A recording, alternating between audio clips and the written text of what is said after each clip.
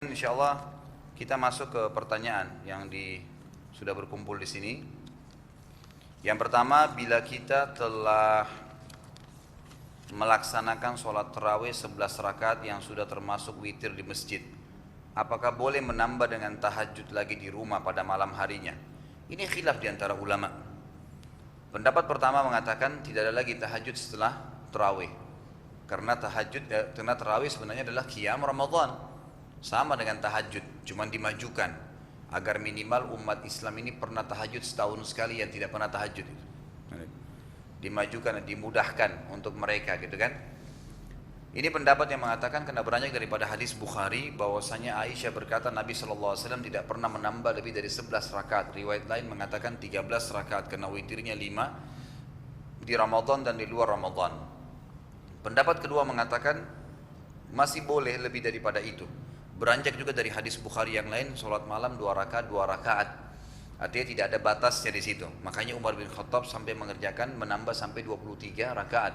Tapi ulama hadis mengatakan paling tidak seseorang kalau mau melaksanakan sholat tarawih ataupun sholat malamnya, maka dianjurkan agar tidak melebihi Umar bin Khattab 23 rakaat, karena beliau termasuk khulafaur rasyidin.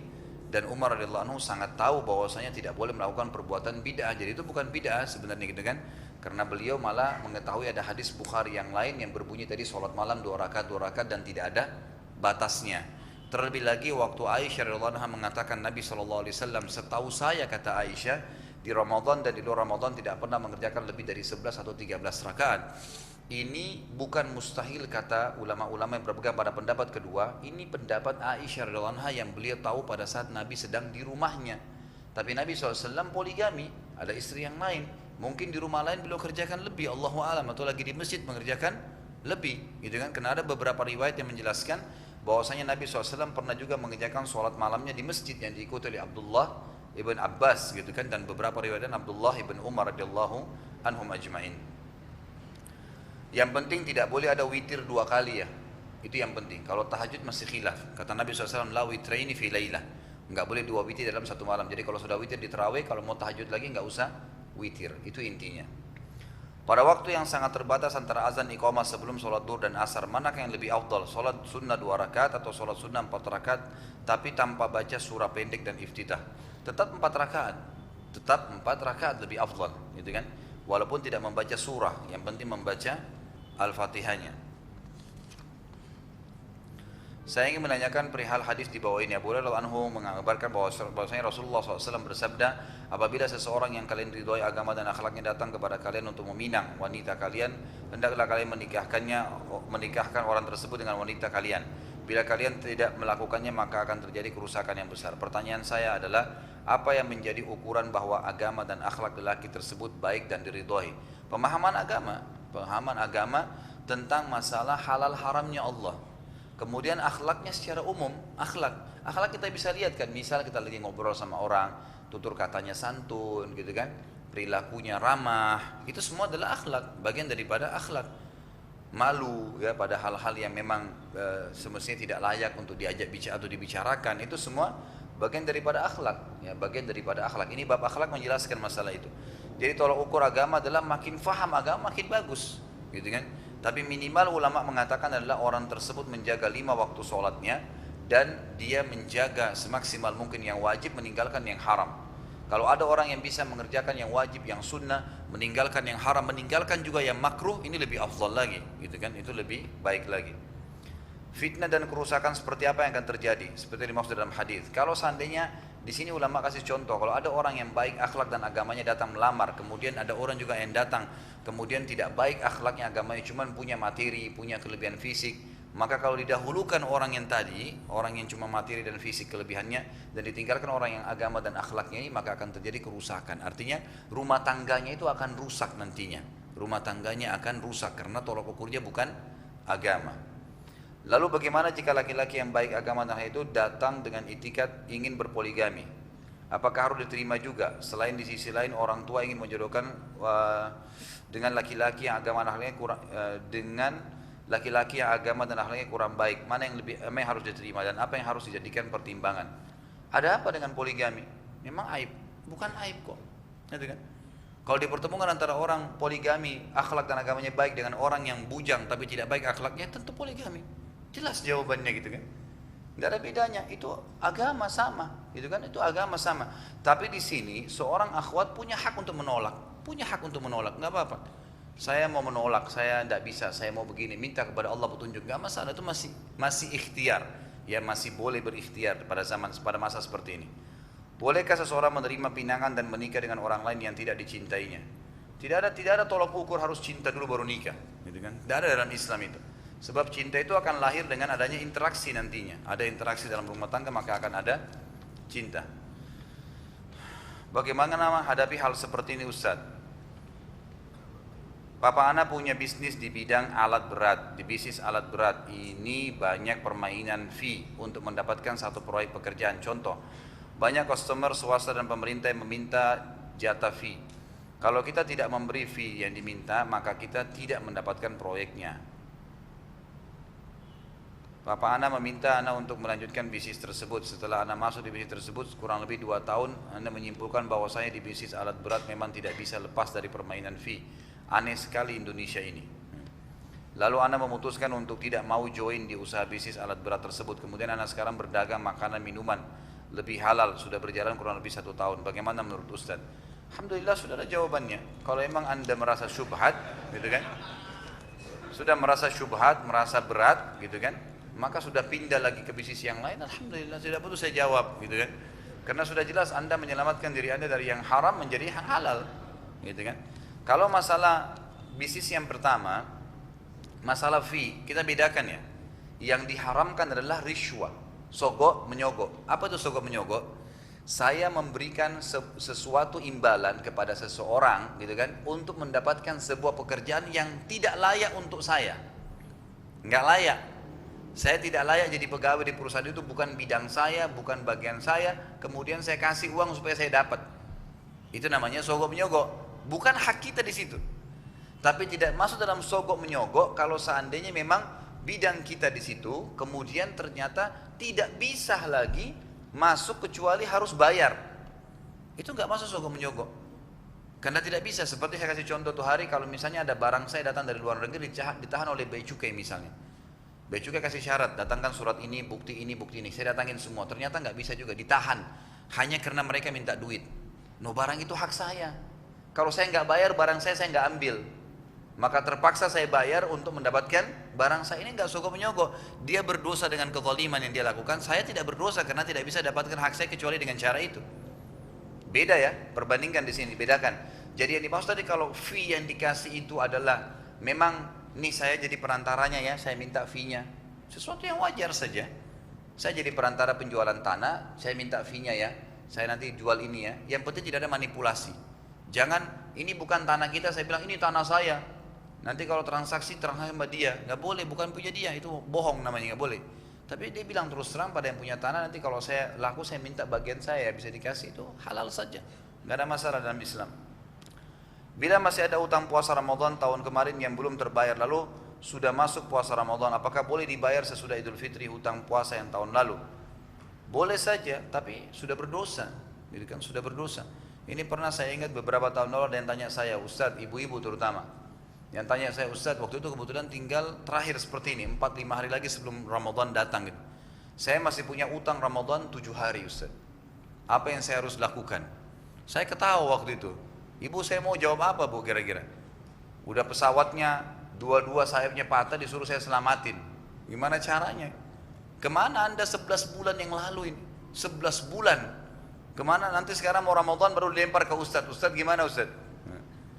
Yang nggak bisa, jawabannya adalah bayar sekarang 4 hari tersisa. Yang penting jangan puasa 2 hari menjelang puasa ya. Ramadan nggak boleh.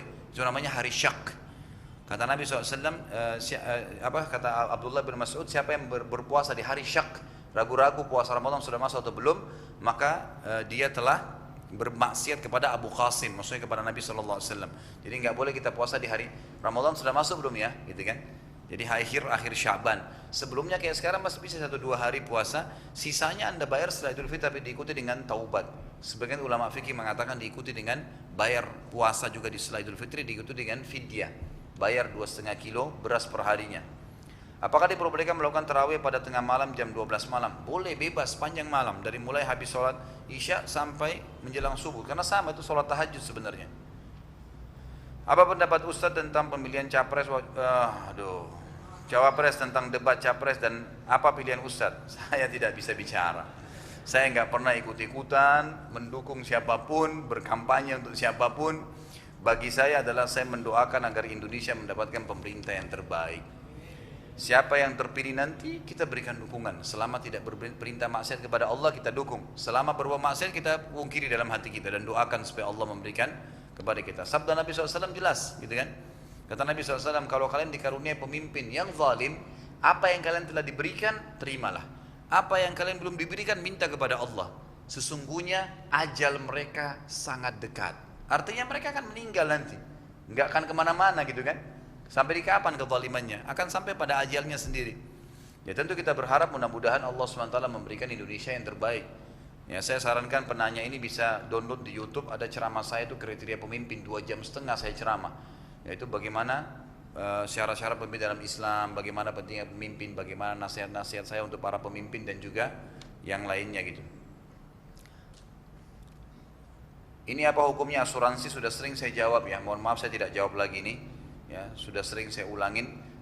Apa hukumnya vaksin? Jadi bisa download di internet, di YouTube banyak ceramah saya tentang asuransi. Ini sudah saya syaratkan mana yang boleh, mana yang tidak boleh. Apa hukumnya vaksin apabila di dalam vaksin tersebut terkandung zat yang haram dan tidak ada zat lain yang bisa menggantikannya? Dan apabila tidak divaksin kemungkinan bisa terjangkit penyakit tersebut tidak akan sembuh. Contoh vaksin polio dan vaksin meningitis. Jadi sudah saya sering bahasakan, ya sering saya bahasakan. Ini bahasa saya pribadi ya. Saya nggak bahasakan siapapun ustadz-ustadz atau dai-dai. Sesuai dengan apa yang saya fahami dari dalil-dalil yang pernah saya pelajari dari para ulama kita. Pertama sekali, Allah Subhanahu Wa Taala tidak akan menjadikan kesembuhan kita pada hal yang diharamkan. Sabda Nabi Sallallahu Alaihi Wasallam, Allah tidak menjadikan kesembuhan kalian pada bahan-bahan yang diharamkannya. Tidak bisa anda sembuh kecuali disuntikan lemak babi ini. Nggak boleh, haram. Nggak bakal sembuh tuh, bakal jadi tambah masalah lagi buat anda. Nggak bisa memang, gitu kan? Kemudian jangan pernah menebak-nebak masa depan. Nggak boleh. Kalau nggak disuntik nanti kemungkinan kena ini. Itu kan kemungkinan. Ya, bisa saja tidak, bisa iya, bisa tidak. Makanya Umar bin Khattab radhiyallahu anhu dalam hadis Bukhari pernah mau masuk dalam satu wilayah di zaman khilafahnya beliau, di sana ada penyakit kusta, gitu kan? Lalu beliau berhenti, tahan semua pasukannya, jangan masuk dulu, tunggu sebentar, kita cari dulu apa Nabi SAW pernah sampaikan berita enggak? Ada beberapa sahabat bilang, ya Amir Mukminin, untuk apa takut? Masuk aja. Kalau Allah takdirin sakit ya sakit, kalau enggak ya nggak apa-apa, terima aja, masuk aja. Artinya terabas aja nggak apa-apa, gitu kan? Kata Umar tidak. Saya lari dari takdirnya Allah ke takdir Allah yang lain. Kita masih dikasih kesempatan ikhtiar kok. Bisa saja justru Allah tahan kita. Oh di sana ada penyakit, sana ada badai, sana ada banjir. Ya tiba-tiba berhenti, jangan deh lewat sana. Itu bisa saja peringatan dari Allah kan. Justru berhentinya itu adalah peringatan dari Allah. Ternyata betul. Beberapa sahabat sempat masuk, mereka meninggal kena penyakit itu. Kemudian Umar bin Khattab setelah mereka masuk baru ada seorang sahabat yang mengatakan, saya dengarkan Rasulullah SAW bersabda, kalau kalian dengar kusta kena di sebuah wilayah, jangan kalian masuk. Dan kalau kalian sudah dimasuk di dalam, jangan kalian keluar. Kata Umar, Alhamdulillah yang telah menyelamatkan saya. Artinya kita punya ikhtiar. Jangan tebak-tebak. Ini kalau tidak disuntik, nanti malah bisa begini. Siapa yang bilang? Enggak ada. Alhamdulillah. Banyak buktinya. Mohon maaf saya bahasakan ini. Anak-anak saya coba jauhkan dari vaksin. Tidak ada masalah buat saya. Anak-anak saya tidak ada masalah, gitu kan? Contohnya, pada saat saya dengar ada syubhat, saya tinggalkan secara pribadi. Tapi saya tidak iklankan ini, karena saya tidak pernah buktikan langsung, minimal itu masuk dalam bab syubhat. Dan Nabi SAW mengatakan, siapa yang meninggalkan hal syubhat, maka dia telah menyelamatkan kehormatan diri dan agamanya. Bila kita berada di tempat kerja dan masih masuk waktu sholat, namun tidak bisa sholat berjamaah karena tidak ada orang lain yang sholat tepat waktu, manakah yang lebih baik, sholat di awal waktu namun tidak berjamaah, ataukah sholat menunggu orang lain sehingga dapat berjamaah? Apa sajakah kondisi yang bisa menggugurkan kewajiban sholat berjamaah bagi laki-laki? Tetap sholat. Kalau tidak ada orang yang datang, tetap sholat. Karena kita nggak tahu kan, tidak ada prediksi. Mungkin saja nanti jam 2 siang baru ada orang masuk sholat. Masa kita mau nunggu dari jam 12 kan tidak mungkin. Sholat aja, kalau kita sudah lihat, beri durasi. Sebagian ulama mengatakan durasi yang paling baik itu adalah 15 menit sampai setengah jam. maksimal gitu kan. Sebagaimana sering diterapkan oleh para ulama di Masjid Haram Mekah dan Masjid Nabawi di Madinah, itu 15 sampai setengah jam waktu antara azan dan iqamah gitu kan, supaya tetap terhitung awal waktu.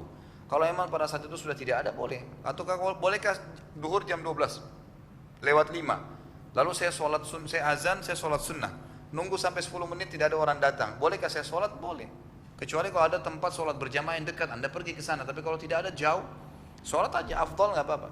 Walaupun nanti setelah kita selesai sholat, nanti ada orang datang, itu nggak masalah, karena kita tidak pernah tahu kan. Kecuali kalau ada orang lagi wudhu, sengaja, nggak apa-apa deh, saya mau sholat sendiri, padahal tinggal tunggu dia 5 menit wudhu kan, nggak apa-apa, tunggu aja dulu, biar berjamaah. Bagaimana kita tahu bahwa kita mendapatkan malam Lailatul Qadar? Apakah ada ciri-cirinya? Nggak ada ciri, sudah saya katakan, dan tidak ada tandanya, karena Anda dan saya pasti akan lalui Lailatul Qadar, nggak mungkin tidak. Cuma siapa yang dapat taufik beribadah pada saat itu, karena malam-malam ganjil ini akan kita lalui selama kita hidup kan. Siapapun dia, muslim atau kafir, semua akan lalui. Tinggal siapa di antara muslimin yang dapat taufik dari Allah ya untuk melakukan perbuatan. Lebih afdal mana, membuka puasakan saudara terdekat atau orang lain? Mana pahalanya yang lebih besar, ataukah sama saja pahalanya? Tentu kerabat lebih besar pahalanya. Setiap kita bersedekah untuk kerabat lebih besar. Ya kata seorang sahabat, ya Rasulullah, saya bersedekah untuk kerabat saya dan saya bersedekah untuk orang lain, mana lebih besar pahalanya? Kata Nabi SAW, kalau kau dahulukan kerabatmu, kau akan mendapatkan 2 pahala, pahala silaturahimnya dan pahala ya sedekahnya. Sama dengan buka puasa juga begitu. Tapi sekarang kan tidak mungkin semua kerabat kita bisa fokus, mungkin masjid dekat rumah lebih membutuhkan dan seterusnya, tergantung keadaan. Intinya membuka puasakan orang yang jadi target. Bagaimana baiknya Ustaz, kita ingin niat i'tikaf, tetapi terkadang dalam waktu kerja atau jam kerja, minta sarannya dan solusinya. Malam hari, Anda pulang kerja, bawa baju, apalagi kalau yang masih bujang tidak berumah tangga, atau mungkin sudah berumah tangga bisa bawa keluarganya, pulang kerja, ke Indonesia kan kita masih kerja, sepakat sama istri, nanti weekend ya, Sabtu Ahad atau Jumat Sabtu Ahad kita nginap di masjid ini misalnya. Udah datang aja ke sana, bawa pakaian i'tikaf malam itu, kan gitu di 10 akhir Ramadan. Kalau bisa tiap malam malah lebih bagus, ajak keluarga nginap sama-sama, gitu kan? Kalau yang biasa saya kerjakan sih, saya datangnya mungkin maghrib, kemudian duduk sampai isya, tarawih, habis tarawih duduk sampai menjelang subuh. Habis sholat subuh saya balik, gitu kan? Karena ada kegiatan. Minimal saya sudah i'tikaf 1 malam misalnya. Besok malam kita lakukan lagi hal yang sama. Tentu lebih afdalnya setiap saat ya, 24 jam kita di masjid. Tapi tergantung sudah situasi kita. Ini saya sarankan tidak usah bilang salam sejahtera ya.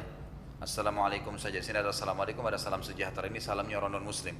Jadi cukup assalamualaikum warahmatullahi wabarakatuh. Waalaikumsalam warahmatullahi wabarakatuh. Saya adalah lelaki lajang dan dengan usia siap menikah. Nah, akhwat nih, ada iklan. Saya telah mengenal seorang perempuan dengan baik selama lebih 3 tahun. Di penghulung tahun ketiga ini saya mengungkapkan keseriusan saya, tapi dia mengatakan bahwa memiliki satu syarat yang harus dipenuhi, yaitu mengikuti pengajian LDII. Karena itu saya syarat mutlak jika ingin menikahi seorang wanita LDII. Saya mencoba mencari tahu apa itu LDII, banyak kabar tidak baik yang saya dengar tentang hal itu. Saya sering beberapa kali beragu argumen dan bertanya apa perbedaan LDII dengan pengajian yang kebetulan saya ikuti di beberapa majelis taklim. Dia hanya menjawab, ikut ngaji saja dulu maka akan tahu. Bagaimana menurut Ustaz, apakah Ustaz pernah dengar sebelumnya? Apa yang harus saya lakukan sekarang? Allah musta'an ya. LDI ini salah satu ya yang aliran menisbatkan diri ke Islam. Mereka menisbatkan diri ke Islam, tapi banyak sekali penyimpangan, gitu kan? Penyimpangan yang mendasar yang terjadi itu mereka memiliki baiat kepada pimpinannya dan mengatakan bahwasanya harus itu baiat. Padahal baiat ini istilah dalam syariat untuk pemimpin ya, negara. Khalifah, raja, dan bukan lembaga. Sisi yang lain mereka menganggap orang lain selain mereka itu najis. Kalau kita sholat di masjidnya bukan kelompoknya dicuci. Masuk ke dalam rumahnya juga begitu. Dianggap kelompok-kelompok ini tidak benar. Referensi yang digunakan juga tidak jelas. Dan cukup banyak ya. Saya sarankan mungkin lebih baik melihat, coba tinggal di share saja ya di YouTube itu tentang ceramah-ceramah para ulama berhubungan dengan masalah kelompok ini dan akan lebih jelas bagi Anda nantinya. Bagaimana hukum puasa untuk wanita yang sedang hamil, wajib atau sunnah dan menyusui? Kalau dia mampu maka lebih baik. Kalau dia tidak mampu, sekarang pendapat terakhir ulama mengatakan wanita sudah tidak wajib lagi puasa Kalau dia memang hamil dan tidak tahan ya, tidak tahan, bukan hanya sekedar hamil, memang dia tidak tahan, kalau dia tidak makan maka berbahaya bagi janinnya misalnya. Tapi kalau saran saya, Allahu alam, saya lebih cenderung dengan pendapat ulama yang mengatakan tetap puasa dengan cara dia mengkonsumsi sahur yang cukup dan buka puasa yang cukup, gitu kan? Saya sering bahasakan pada keluarga saya begitu. Kalaupun lagi hamil, coba makan sahur yang cukup, minum susu yang bagus, makan nutrisi yang cukup, buka puasa juga tepat waktu, insya Allah tidak ada masalah. Dan itu alhamdulillah hasilnya juga tidak masalah, beberapa ikhwah juga praktekin tidak masalah. Jadi tergantung niatnya atau sugestinya, bagaimana dia bisa enggak, gitu kan. Tapi sekali lagi ada pendapat ulama kalau tidak tahan jangan dipaksain dan cukup nanti dibayar dengan puasa atau kalau tidak bisa juga cukup dengan fidyah. Jika wanita tersebut tidak berpuasa maka apakah cukup membayar fidyah? Sudah saya jawab ya. Bolehkah sholat tahajud setelah sholat tarawih dan witir? Sudah saya jelaskan. Bolehkah sikat gigi saat sudah imsak? Boleh, nggak masalah. Nabi SAW itu tetap bersiwak walaupun di tengah hari. Pada saat setiap mau sholat, puasa atau tidak puasa, beliau selalu sikat gigi. Itu sebenarnya dengan zaman dulu menggunakan siwak ya. Jadi nggak ada masalah. Yang penting jangan ada ketelan ya, yang disengaja dari air yang dipakai gitu. Di mana posisi sunnah sujud sahwi? Ini sudah saya jelaskan tadi. Istri saya selalu hamil dan mabuk setiap bulan puasa. Bagaimana ya? Mudah-mudahan mabuknya mabuk positif ini ya. Karena istilah mabuk ini saya nggak ngerti. Istri saya selalu hamil dan mabuk setiap bulan puasa. Bagaimana ya? Maksudnya bagaimananya ini puasa atau tidak ya? Nggak usah puasa kalau memang tidak tahan, gitu kan? Ini berarti kondisinya dia tidak memungkinkan. Cukup dia ya buka puasa, nanti dia ganti dengan setelah Lebaran. Kalau tidak bisa diganti dengan fidyah. Ini masih umum pendapat ulama. Kalau awal Ramadan saja sudah beda, bagaimana dengan malam ganjilnya? Saya sudah katakan tidak perlu ada perselisihan dan subhanallah saya sering sampaikan nasihat saya kepada teman-teman yang menggunakan hisab ini. Sering saya sampaikan ya, tanpa harus fokus ke lembaganya.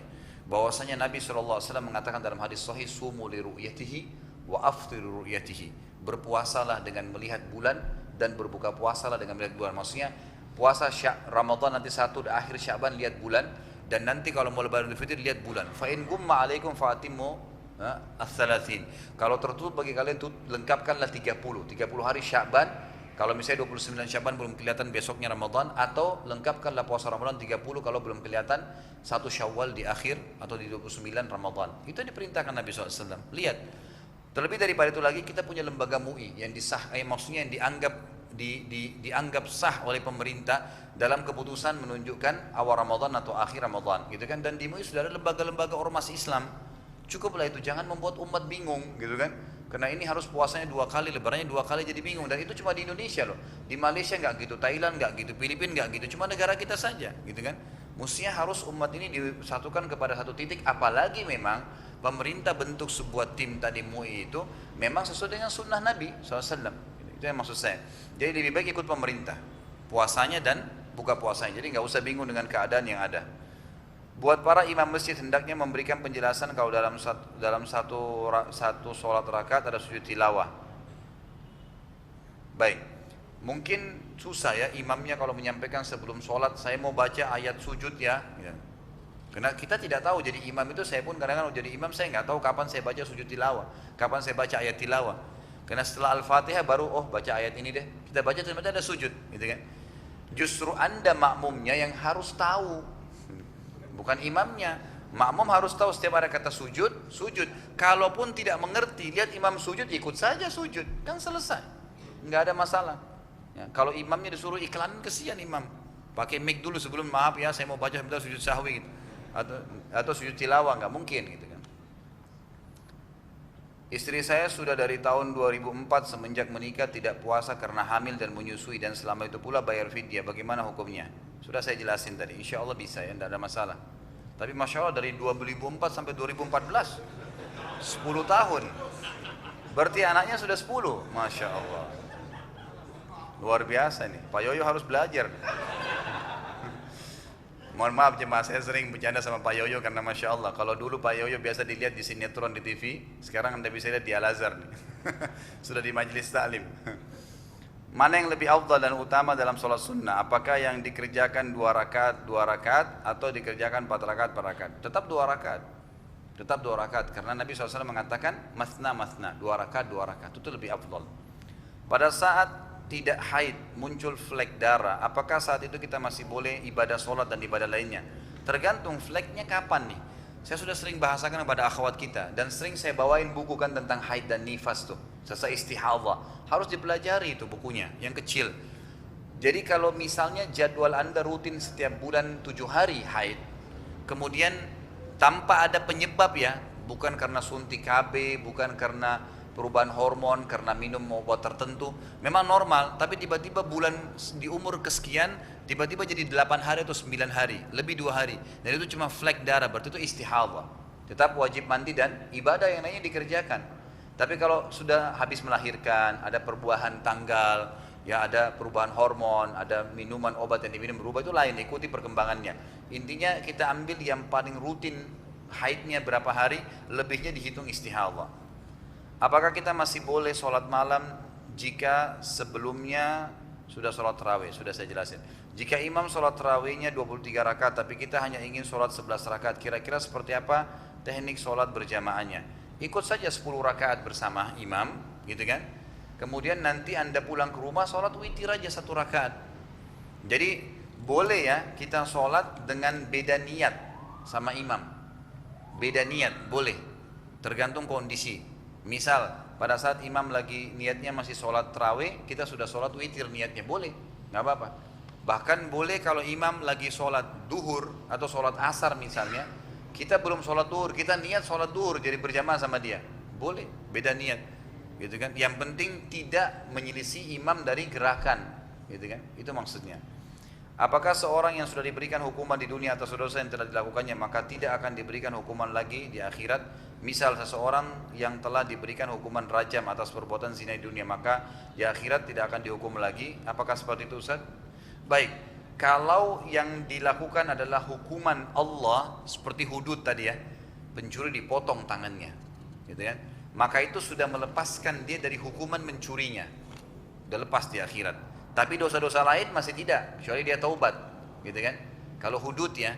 Tapi kalau misalnya hukumannya selain hukuman Allah, seperti hukuman penjara misalnya, maka ini ulama mengatakan dia tidak lepas dari hukuman Allah di akhirat kecuali dia taubat. Kalau dia taubat sebelum meninggal, baru tidak ada hukuman di akhirat. Tapi kalau dia tidak sempat taubat, seorang pencuri, tidak dipotong tangannya tapi hanya dipenjara, dan dia juga tidak taubat, di akhirat tetap dihukum hukuman dari mencurinya itu. Apa hukum membaca zikir Wirdul Latif plus Yasin? Apa ini? Kalau pagi, serta membaca Ratibul Ahdad plus Yasin setiap sore. Zikir-zikir tersebut dari Al-Habib Abdullah bin Ali Al-Haddad, apakah sesuai syar'i sunnah? Saya pernah lihat ya, Wirdul Latif itu pernah saya lihat, pernah saya cek, pernah saya ikutin. Jadi ada di antara zikir-zikir memang yang sesuai dengan sunnah, ada. Ada juga zikir-zikir yang memang doa-doa dibuat oleh beliau, dan itu bukan salah, tidak salah.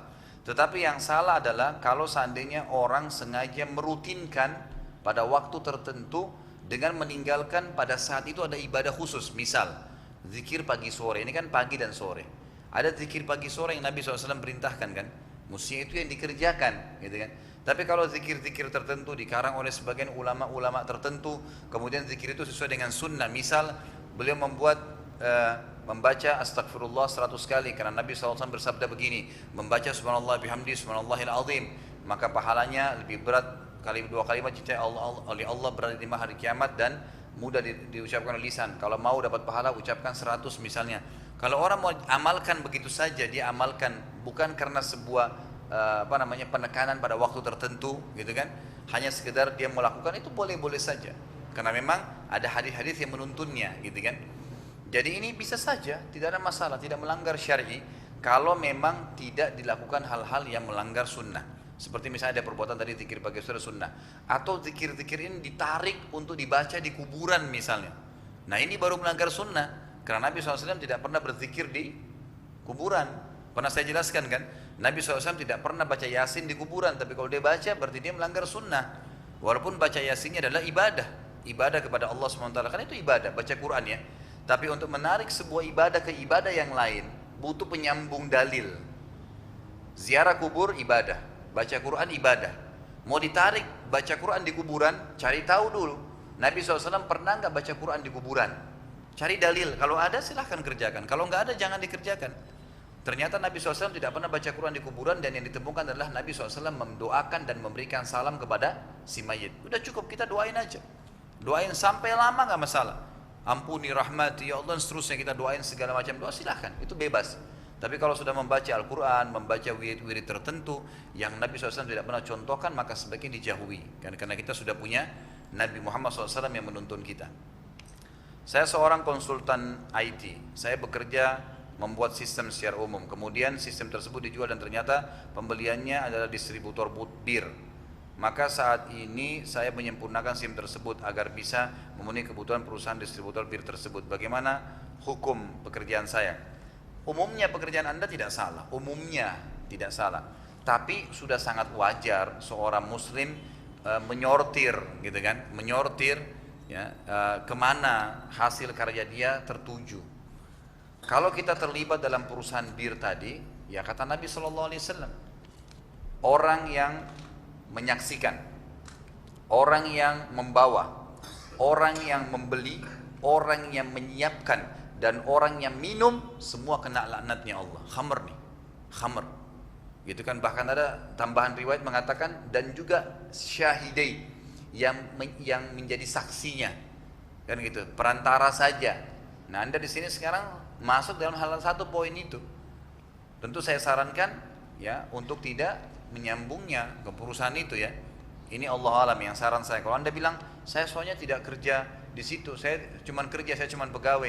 Ya, coba cari pegawai yang lain, minta proyek yang lain untuk perusahaan yang lain misalnya. Kalau nggak bisa juga Allahu alam, rezeki biadillah. Jawaban saya. Kalau Anda bertanya kepada saya, mohon maaf, tolong saling menghormatin. Jawaban saya adalah Anda keluar dari situ. Tapi kalau Anda nggak mau juga silahkan, itu hak Anda gitu kan. Karena ini pertanyaan dilemparkan kepada saya, maka saya juga punya hak untuk menyampaikan saran. Diterima tidak diterima nggak masalah gitu kan, itu hak Anda gitu. Baik.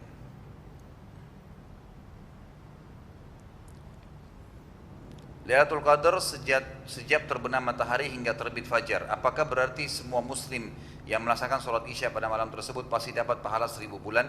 Singkatnya, karena rentang waktunya panjang, pasti semua muslim dapat mengerjakan ibadah itu. Ya pasti, pasti.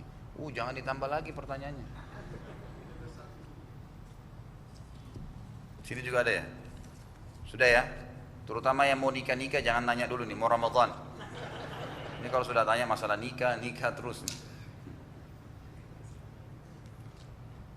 Baik, apakah boleh menjalankan sholat sunnah tarawih sendiri karena tidak bisa ikut sholat berjamaah? Boleh, itu kan sholat sunnah. Boleh, sunnah sholat sendiri boleh, kan gitu. Sholat berjamaah boleh. Kalau tarawihnya dan qiyamul lail memang ada, termasuk ibadah sunnah yang boleh berjamaah itu sholat tahajud dan sholat witir kan. Termasuk di antaranya tarawih itu boleh, nggak ada masalah. Tadi pertanyaan sebelumnya belum saya jawab ya, apakah semua muslim dapat pahala? Jawabannya iya. Karena memang Lailatul Qadar itu terhitung, malam dalam Islam itu terhitung dari maghrib. Maka mulai sholat maghribnya, buka puasanya, dia sholat tarawihnya, dia sholat isyanya, semua dapat. Semua dapat, gak masalah.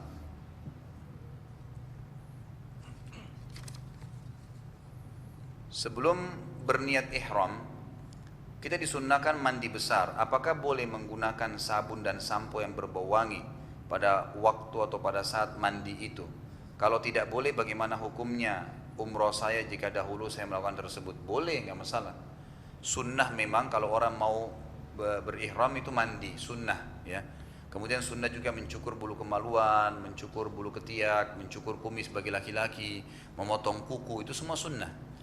Bolehkah saya menggunakan sampo dan sabun? Boleh, nggak masalah. Pada saat kita belum berihram ya. Kapan dilarang memakai wangi-wangian? Kalau sudah berihram dan sudah niat. Sudah niat. Tapi sebelum niat nggak masalah. Bolehkah kan ihram dicuci dengan pewangi? Boleh. Yang tidak boleh sudah ihram, sudah niat, semprot minyak wangi, itu nggak boleh. Karena yang dilarang kalau sudah diniatkan, ya sudah pakai ihram, itu yang tidak boleh. Bila kita ragu-ragu tentang jumlah putaran tawaf yang sudah diselesaikan, apa yang harus dilakukan Ustaz? Apakah sama dengan ketika ragu-ragu mengenai sholat rakaat, mengambil jumlah yang terkecil? Jawabannya iya, betul. Jadi kalau kita ragu 6 atau 7 ya, kita kembali ke 6. Gitu kan, sama dengan sholat. Ulama fikih sepakat dengan masalah itu. Karena kata Nabi SAW, siapa yang kurang jumlah rakaatnya, maka sebagai dia memilih jumlah yang lebih sedikit.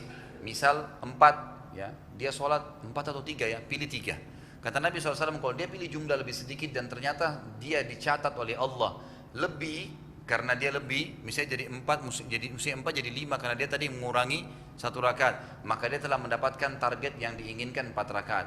Tapi kalau dia kurangin, misal 4 rakaat atau 3, 4 aja deh, lalu dia salam, ternyata sholatnya baru 3 rakaat, maka dia kekurangan dan tidak diterima oleh Allah Subhanahu wa ta'ala. Makanya dianjurkan memilih yang lebih sedikit. Tadi ketika sholat berjamaah saya salah menyangka gerakan sujud sejadah atau sujud tilawah ya sebagai ruku, sehingga saya 2 kali ruku. Ini bagaimana Ustaz? Tidak ada masalah, Anda dimaafkan oleh Allah insyaAllah sementara atau selama Anda memang tidak tahu hukumnya. Lain kali kalau lagi sholat imamnya mengatakan ada kalimat, itulah fungsi yang kita khusyuk dalam mendengarkan ayat ya. Kalau setiap ada kata-kata fasjud waqtarib ya, kata-kata sujud itu berarti sudah memang disuruh sujud. Ya disuruh sujud. Nah kalau imam sujud saja, apalagi kalau semua orang lagi sujud di sebelah Anda juga, Anda ikut aja sujud. Nanti berdiri kemudian dilanjutkan ayat.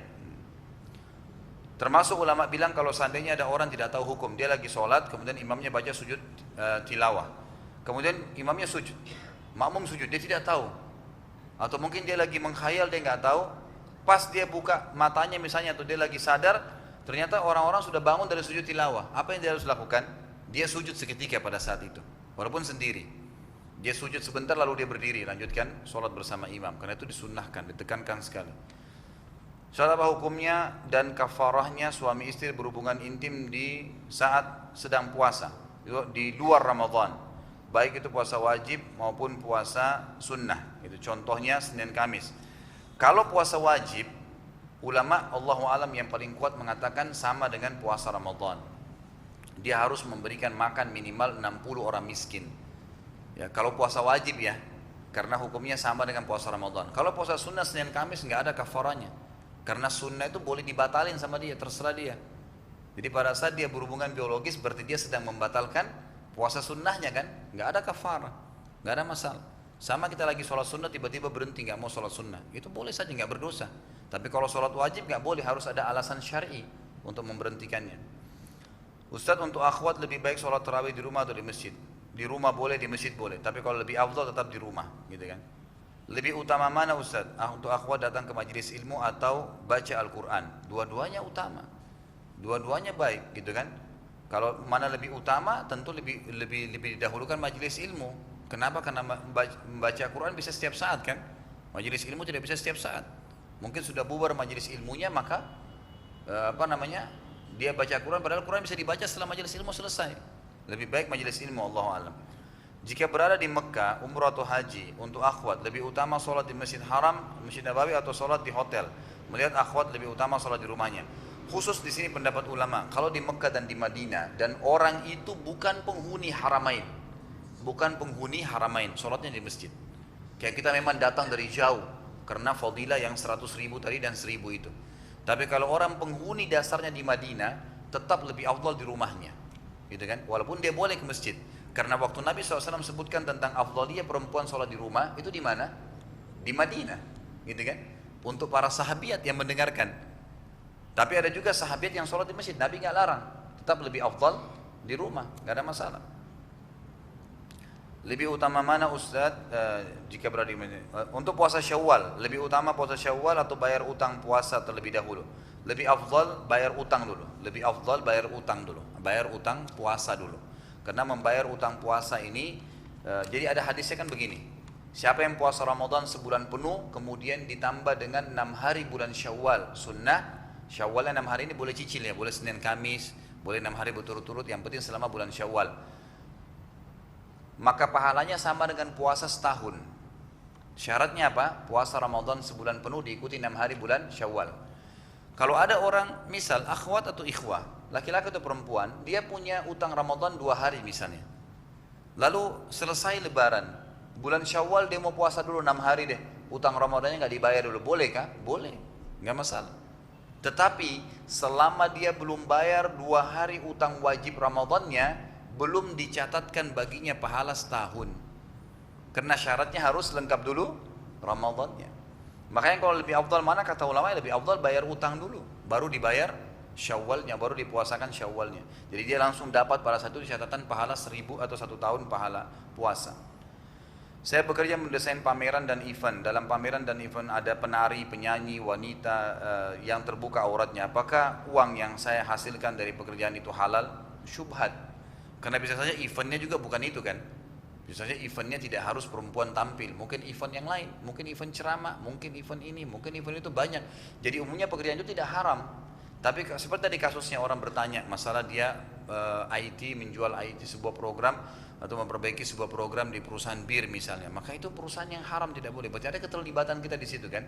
Jadi usahakan dijauhi ya acara-acara seperti ini misalnya. Ya itu saran saya ya. Mohon maaf sekali lagi saya ulangi, karena Anda lempar pertanyaan kepada saya memberikan jawaban. Tidak harus Anda terima, boleh Anda terima, boleh tidak. Tapi kalau Anda bertanya kepada saya, saran saya jauhkan diri dari hal yang syubhat, minimal syubhat gitu kan. Atau memang Anda tetap mau pada profesi itu dengan cara melakukan event-event yang tidak ada pelanggaran syar'inya. Memang sudah begitu. Bayaran pekerjaan saya adalah dihitung per proyek. Saya biasanya langsung potong 2,5% untuk zakat mal, karena kalau tunggu 1 tahun takut uangnya dipakai tidak tertabung. Apakah boleh membayar zakat dengan sistem ini? Itu bukan zakat, namanya sedekah. Itu sedekah dari Anda. Kalau zakat memang tidak usah khawatir. Haul 1 tahun, Ramadan ke Ramadan, udah. Misal Anda sekarang ini yang hadir belum pernah niat haul, karena syarat zakat ada haul dan nisab. Haul, belum pernah niat haul nih, belum pernah niat untuk 1 tahun pengumpulan harta. Sekarang ini boleh Anda niatkan, malam ini juga, Ramadan tahun lalu saya mulai hitung haul saya deh. Nanti Ramadan ini begitu masuk, Anda seperti orang tutup buku. Apapun pendapatan kita selama setahun ini, ada warisan, ada keuntungan, ada rugi, ada apa semua. Lihat pada saat Ramadan itu harta saya yang terkumpul yang mana? Dipotong utang dan tidak masuk dalam kebutuhan. Kalau kebutuhan pokok itu dikeluarkan. Sisanya berapa? Sampai nggak nisab 85 gram emas. Kalau sampai keluarkan 2,5%-nya. Nggak usah dihantui ketakutan, oh nanti kalau saya tidak keluarin nanti tidak bisa zakat. Enggak. Karena zakat memang ada syaratnya. Kalau enggak ini maka masuk dalam sedekah. Saya pernah berkurban dengan kambing super, tapi disalahkan oleh panitia karena lebih baik ikut patungan sapi karena dagingnya lebih banyak. Mohon pendapat Ustaz. Keliru panitianya nih. Dari mana pendapat dia begitu? Tetap semua ulama sepakat dalam semua buku fikih yang sunnah ya, buku-buku hadis juga jelas sekali bahwasanya lebih afdal orang berkurban dengan kambing dan domba. Karena Nabi SAW berkorban dengan kambing dan domba, bahkan domba. Dan ulama pernah saya pelajari dalam Sunan Nabi Daud di kelas di tingkat 3 kuliah dulu, membahas masalah kurban ini, adha ini. Itu ulama sepakat dan banyak dalil sahihnya bahwasanya Nabi SAW berkurban dengan domba. Dan ulama juga mengatakan lebih afdal kalau dombanya berwarna putih hitam, karena Nabi SAW berkorban dengan domba putih hitam. Lebih afdal lagi berkorban lebih dari 1 ekor, karena Nabi SAW berkorban 120 ekor domba. Dan lebih afdal lagi menyembelih sendiri, karena Nabi SAW menyembelih 63 ekor dengan tangan beliau SAW. Selebihnya Ali bin Abi Thalib yang lanjutkan. Itu afdaliyah. Jadi nggak bisa dikatakan sapi lebih afdal. Tetap sepakat ulama sapi dan unta itu nomor 2. Yang nomor 1 tetap kambing, tetap lebih afdal gitu. Jadi Anda tidak salah. Jika ada 2 orang yang dalam kondisi seperti ini, yang pertama punya semangat dalam menuntut ilmu, cukup mengerti tentang ilmu agama, tentang apa yang menjadi perintah dan larangan dari Allah, faham yang bisa membedakan antara yang baik dan buruk dari apa yang dilakukannya, lalu kemudian ia melakukan dosa dan kemudian bertobat, dan di suatu saat ternyata dia melakukan kembali dosa yang sama lalu kemudian bertobat lagi. Sedangkan orang kedua, dia bisa membedakan antara yang baik dan yang buruk dan apa yang dilakukannya, tapi dengan sengaja tidak mau menuntut ilmu untuk mencari tahu mana yang menjadi perintah dan larangan Allah, dengan alasan bahwasanya Allah mengampuni dosa. Dan orang-orang yang tidak memiliki ilmu atau tidak tahu jika ada yang dilakukan itu adalah dosa. Oleh karena itu sengaja tidak mencari ilmu agar bisa leluasa melakukan ini dan itu. Pertanyaan saya, bagaimana pendapat Ustaz tentang Ustaz terhadap 2 orang ini? Saya tidak bisa membedakan 2 kondisi ini ya, karena dua-duanya salah, gitu kan? Yang satu sudah tahu hukum melanggar, dia taubat benar, nggak apa-apa, tapi dengan dia ulangi lagi kesalahannya berarti kesalahan, gitu kan?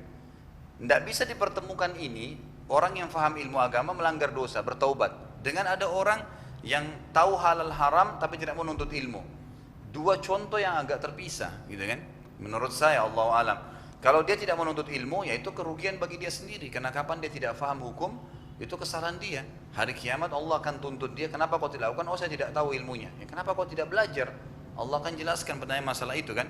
Jadi itu jelas, harus dia nuntut ilmu. Dan ini tidak bisa dipertemukan dengan contoh yang pertama. Karena contoh yang pertama ini orang yang sudah faham tapi berbuat dosa. Dia tobat lagi, itu sudah benar jalan dia. Dia lakukan lagi dosa, ya itu manusia, bisa saja terjadi.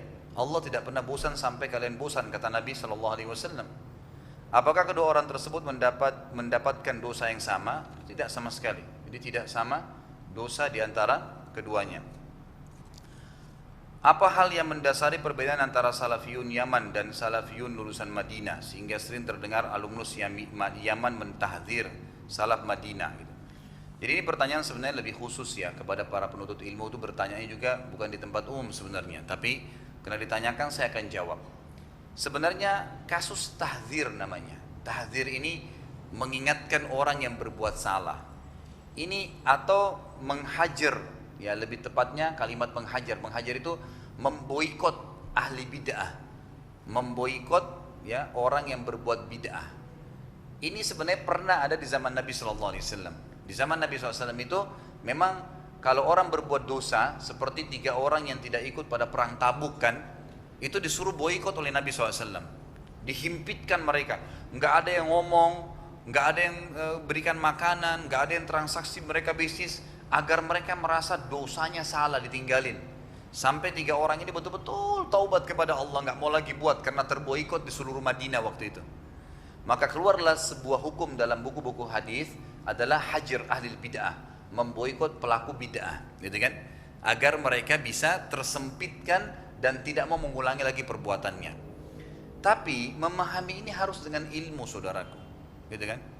Teman-teman kita dari Yaman tidak mengambil ini, tidak memahami ini dengan umumnya pendapat ulama, cuma terfokus kepada beberapa ulama dari Yaman saja.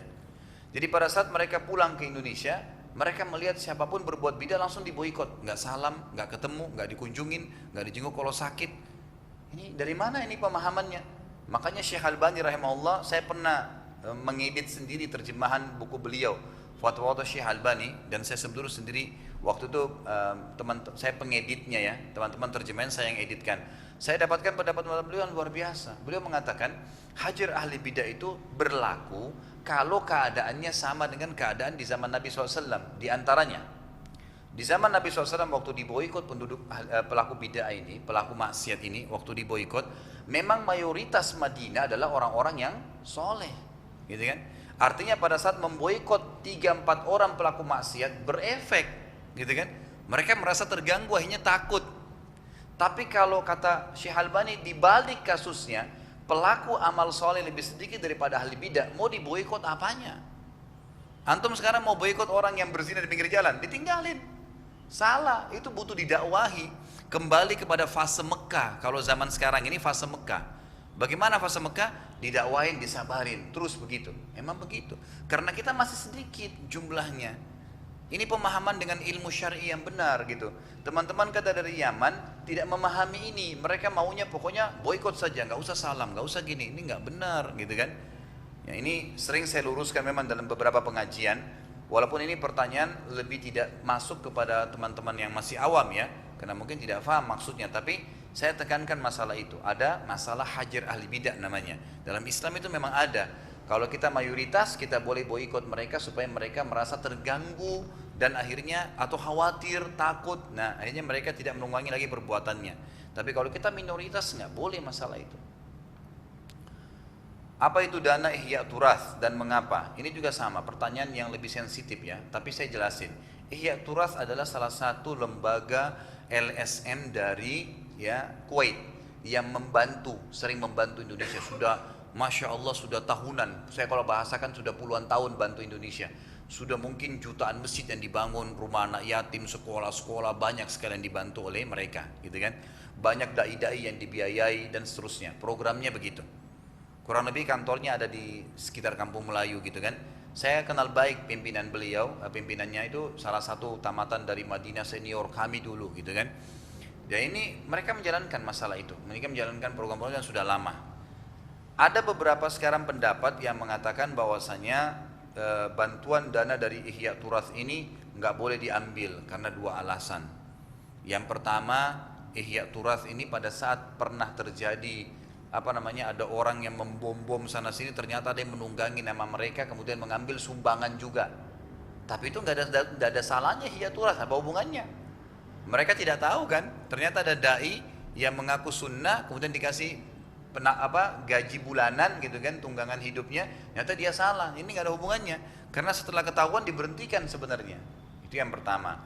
Yang kedua, adanya anggaran-anggaran yang diturunkan dari Kuwait, ya gitu kan, sumbangan masjid, sumbangan anak yatim dan segalanya. Itu biasanya teman-teman Ihya Turath dari sumbangan misalnya 100 juta, ada beberapa persen yang dipotong untuk administrasi kantor, gitu kan. Diturunkan misalnya 100 juta sumbangannya, mungkin 20 juta, saya tidak tahu tujuan, tapi totalnya berapa persen, tapi ada yang ditahan untuk administrasi kantor, gitu kan. Nah ini menurut sebagian teman-teman nggak boleh nih, mestinya kan semuanya disumbangin, nggak ada hubungannya sama kantor. Tapi jawaban mereka, kantor butuh gaji, pegawainya banyak, mau digaji dari mana? Dari sumbangan inilah yang dibagi, gitu kan. Itu kurang lebih yang ada di Ihya Turath, yang saya tahu, Allahu alam. Selain ini saya tidak pernah tahu apa-apa. Terakhir adalah, apakah Nabi Adam alaihissalam kelak akan ikut memikul dosa seluruh manusia? Karena kesalahan beliau telah membuat manusia terusir dari surga hingga berdampak kepada maksiat di muka bumi ini. Tidak. Taubat tajubu ma qablaha. Taubat menghapus semua dosa sebelumnya, gitu kan? Ada hadis Bukhari yang menarik dalam poin ini. Pernah kata Nabi SAW, Allah pertemukan Adam dan Musa. Lalu Musa berkata, wahai Adam, engkau telah mengeluarkan kami dari surga. Artinya kalau kau dulu tidak buat dosa, kita nggak akan ada di bumi ini, di surga semua sekarang. Kau kan ayah kami, tetap akan dinikahkan sama Hawa di surga pun keturunannya kita di surga semua gitu. Tapi karena perbuatan kamu maka kami turun di muka bumi ini. Lalu kata Adam alaihissalam, wahai Musa, apa kau ingin mendebati aku di sesuatu yang telah Allah takdirkan untuk aku? Artinya walaupun itu memang Nabi Adam alaihissalam melakukan pelanggaran, tapi tidak lepas dari takdirnya Allah. Karena Allah pada saat menciptakan Adam, sebelum menciptakan sudah dikatakan apa? Inni ja'ilun fil ardi khalifah. Saya akan jadikan di muka bumi khalifah. Memang di bumi, mau diturunkan di bumi. Awalnya Allah taruh di bumi, ya, di surga. Dijadikanlah penyebab oleh Allah buah khuldi dimakan sehingga turun di bumi. Kata Adam alaihissalam, bahwa kau mau ingin mendebati saya, hai Musa, di sesuatu yang telah Allah takdirkan? Maka Musa pun diam. Kata Nabi SAW, Adam telah mengalahkan Musa. Adam telah mengalahkan Musa sampai 3 kali. Adam telah mengalahkan Musa. Itu ini takdirnya Allah Subhanahu Wa Taala, gitu kan? Dan satu hal yang penting saudaraku sebagai penutup, jangan sibukkan diri pada hal-hal yang tidak bermanfaat buat kita. Maksudnya begini, saya bukan menyalahkan penyanyi, tidak. Tapi cobalah bertanya, halal haramnya apa ini yang kira-kira menambah ilmu kita. Karena kenapa Adam buat dan kenapa Adam makan khuldi, kita nggak pernah tahu itu. Dan kira-kira apa manfaatnya buat kita?